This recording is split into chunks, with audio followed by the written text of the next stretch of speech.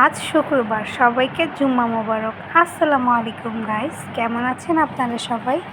আশা করি ভালো আছেন। আমিও ভালো আছি, আল্লাহর অশেষ রহমতে।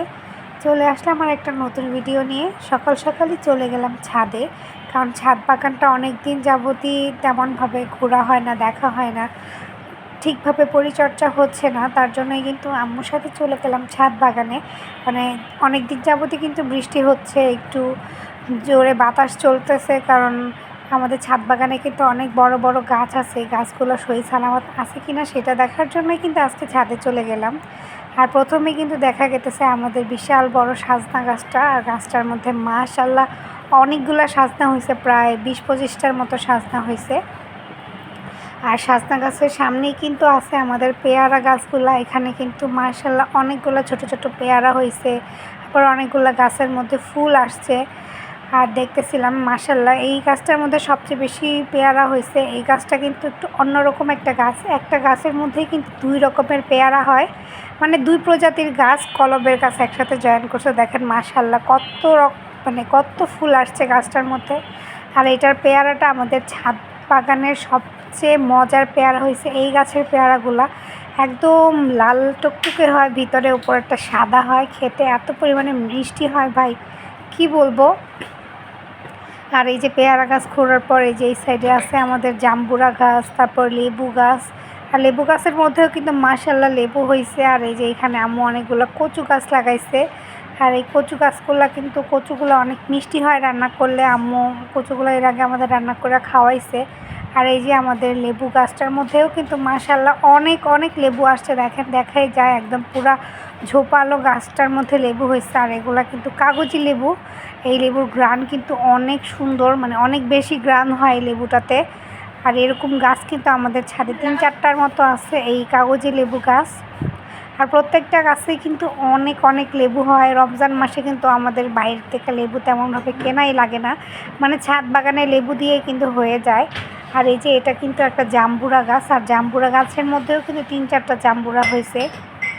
আর এই যে এখানে আরেকটা লেবু গাছ, বললামই তো আমাদের ছাদে কিন্তু অনেকগুলো লেবু গাছ আছে, 3-4টার মতো। আর এই যে এখানে একটা নয়নতারা গাছ হয়েছে, আপনি এই গাছটা হয়েছে। আমাদের ছাদে নয়নতারা গাছও অনেকগুলো আছে, মানে এটার মেবি এখানে বীজ পড়ে হয়েছে। আর এই যে এখানে আম্মু কিছু টমেটো গাছ হয়েছে মেহেদি গাছের নিচে।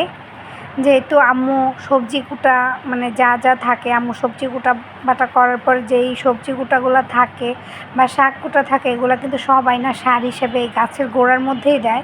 মনে হয় তার সাথেই টমেটো বিচি টিচি বা টমেটো চলে আসছিলো, ওইখান থেকেই কিন্তু টমেটো গাছগুলো হয়েছে। তারপরে এখানে আছে চেরি গাছ, আর চেরি গাছের সাথেই আছে তাজের আনার গাছ। অনেকে আনার নামে চেনেন, অনেকে ডালিম নামে চেনেন। মাশাআল্লাহ এই গাছটাতেও কিন্তু অনেক পরিমাণের দেখেন আনার হয়েছে। আনারগুলা কিন্তু বড় হয়ে গেছে, যেহেতু অনেক দিন যাবৎ বৃষ্টি হচ্ছে, বৃষ্টির কারণেই কিন্তু বড় হয়ে গেছে দেখেন। আর যে কোনো ফল গাছই হোক না কেন, ফল সহ হোক, যদি ফল থাকে গাছে বৃষ্টির কারণে কিন্তু সেই ফল অনেক বৃদ্ধি হয়। আর যদি ফল না থাকে, জাস্ট গাছ থাকে, ওই গাছেরও কিন্তু অনেক উপকার হয় বৃষ্টির কারণে। আর এই যে দেখেন চারোপাশে মানে অনেকগুলো আনার হয়েছে। তাজের গাছ, এটা তাজের জন্য কিনছিলাম, কারণ আমার ছেলেকে বাহিরের ফল আমি খুব কমই খাওয়াই চেষ্টা করি যে মানে বাসার গাছ বা গ্রামের গাছ থেকেই পেরে ফল টল খাওয়ানোর জন্য। কারণ যে টরমালিন বের হয়েছে ভাই, আমি আমার ছেলের খাবার নিয়ে কিন্তু অনেক সেন্সিটিভ থাকি। আর এই যে এখানে কিন্তু একটা পেঁপে গাছ আছে, এই পেঁপে গাছটা আমার ছেলে লাগাইছে তাজ, মানে ও নাম দিয়েছে এটা তাজের পেঁপে গাছ। ও ছাদে যখনই আসবে না কেন ভাই, যখনই আসবে তখনই এই গাছটার মধ্যে ও পানি দেওয়া শুরু করে দেয়। পানি দিয়ে বলবে, আল্লাহ আমার পেঁপেগুলা তুমি বড় করে দাও। আর বলবে যে এই দেখো আমার পেঁপে বড় হয়ে গেছে।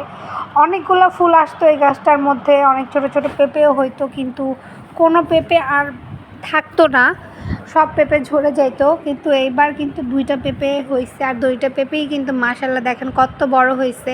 আর এই সাইডে একটা ছোট ফুল বাগানের মতো করছে, এখানে কিন্তু অনেক ধরনের ফুল আছে। আর বললামই তো ছাদে তেমনভাবে এখন আর আসা হয় না, ভালো মতো যত্নও নেওয়া হয় না। আর আমাদের বাড়ির পাশেও কিন্তু দেখেন একটা ছোট্ট বাগান বাড়ির মতো আছে, ওইখানে কিন্তু অনেক ধরনের গাছ আছে।